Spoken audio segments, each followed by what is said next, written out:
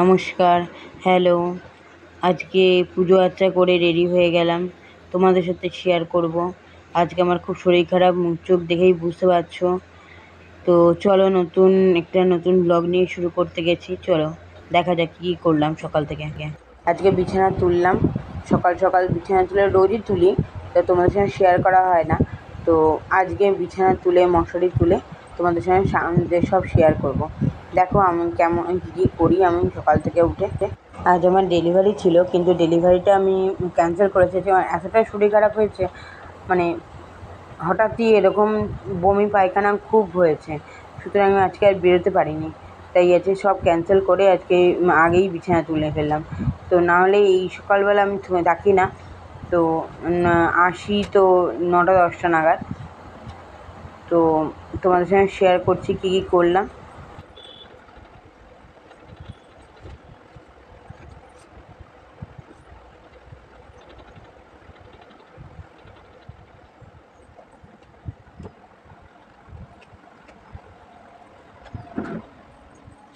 চান করে উঠে আগে জামা প্যান্টগুলো, মানে আমি সারাদিনে প্রায় 4-5 বার আমি জামা প্যান্ট, মানে এত ঘামি, 4-5টা জামা প্যান্টই পাল্টাই। তো এরকম প্রত্যেকটা জানলায় ভেজে জামা কাপড় দিলে না বেশ ঠান্ডাটা লাগে, শরীরটাও ভালো লাগে। তো তোমাদের সঙ্গে বলেইছিলাম যে আমি ভোরবেলা মানে এডিটিং করতে করতে আমার 3টে 3:30 বেজে যায়। আর তোমাদের সঙ্গে শেয়ারও করা হলো যে আমি কী কী করি। এই পাখা সব সরানো হয়, আর ছেলের গিটার তো রয়েছে, সঙ্গে আমিও একটু প্র্যাকটিস করি।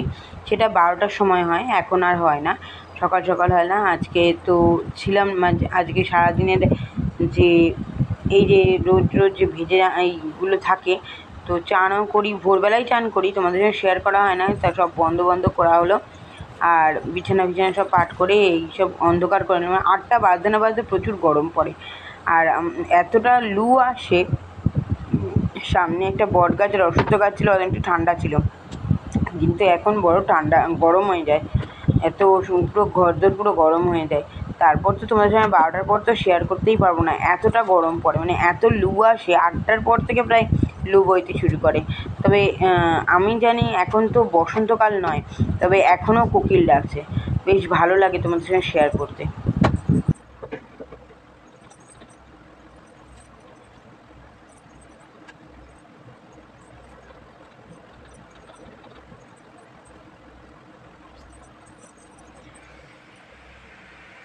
শরীর খারাপ হলে মনে হয় যেন কেউ আমার গায়ে আসে, তাই ছেলের পিঠটা ধরে শুয়ে আছি।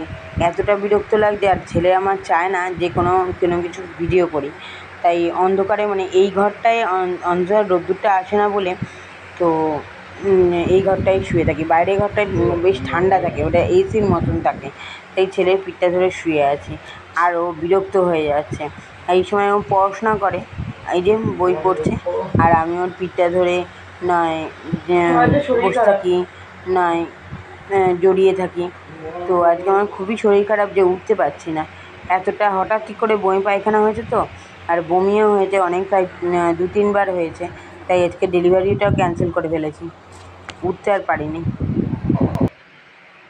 3বার গেম খেলা হয়ে গেল, আর বলছি 4 রাউন্ড গেম খেলো, একটু আমি বাবাকে পাঠাবো। ফিরে বার করছি। এখন ভাত বসাবো, আর ডাল করব, আর আলু আর টমেটো ভাতে দেবো। এতে সব একসঙ্গেই সব শুরু করব।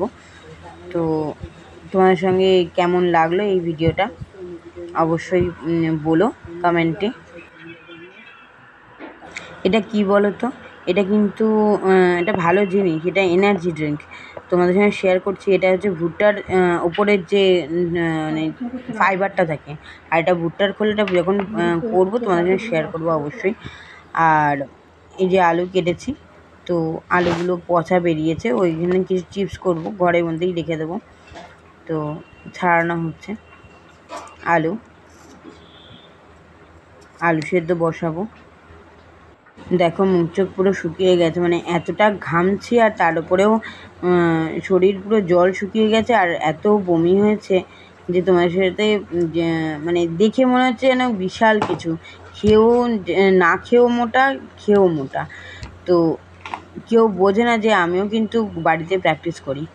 মানুষের পরিস্থিতি আর মানুষের কথাবার্তা সবসময় তো শেয়ার করা যায় না।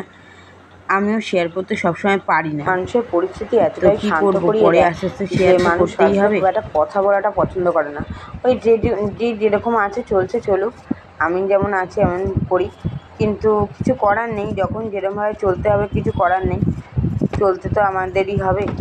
মেনে আর মানিয়ে নিতে চলতে চলতে দেয়ালে পিঠ থেকে গেলেও আমাদের মানিয়ে নিয়েই চলতে হয়, কিছু করার থাকে না। যত মেয়েদের দোষ কি না, ছেলেদের তো কোনো দিকেই দোষ নয়। এইসব আলুগুলো কাটা হলো আর তোমাদের সাথে শেয়ার করলাম, কারণ এই আলুগুলো ছোটো ছোটো করে কেটে দিলে ইন্ডাকশানে তাড়াতাড়ি সেদ্ধ হয়ে যাবে, তাই ছোটো ছোটো কুচি কুচি করে কেটে নিয়েছি।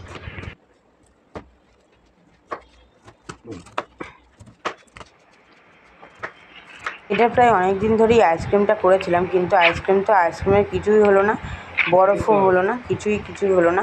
সেই হিসেবে এই আইসক্রিমটা এটা কেক করেই নেব রাতের জন্য। আলু টমেটো ভাতে মাখা হচ্ছে, বড্ড গরম বলে এখানেই করা হলো। আর 3টে বাটিতে একদম অল্প তেল আর একটু ময়দা ছড়িয়ে রেখে দিয়েছি, এগুলো কেক হবে।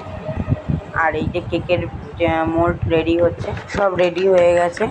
এটা পুরো কেকের ব্যাটারের মতন হয়ে গেছে, তো বিট করা হচ্ছে।